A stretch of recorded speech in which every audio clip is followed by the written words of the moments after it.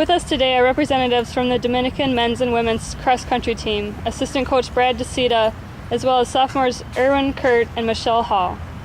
Coach Dsida, you're racing in the UW Parkside Lucian Rosa Invite this weekend, which is also the site of the Northern Athletics Conference Championships that will take place on October 29th. Does this change anything about your team's approach to this weekend's race?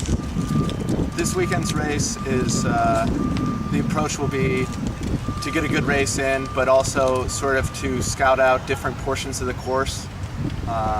And it's nice to get a course run in before the conference meet, because you can see where you can make a move or where you need to push a certain mile or a certain section of the run. So that's sort of the different approach we'll have, since we'll be running it twice, and the conference meet obviously will be a bigger meet, and so that's nice we get the preview before that. Okay.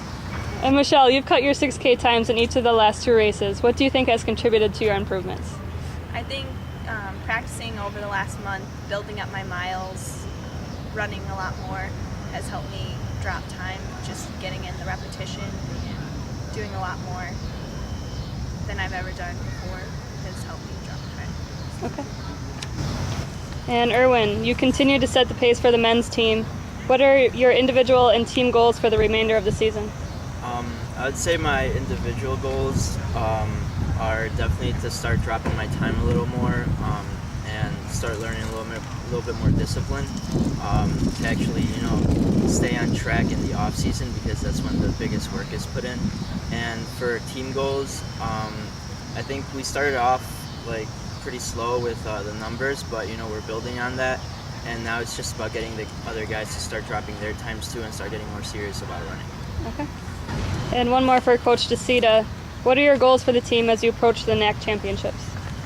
Well, as we approach the conference meet, these last 2 weeks or 3 weeks are really what we've been shooting for the whole season.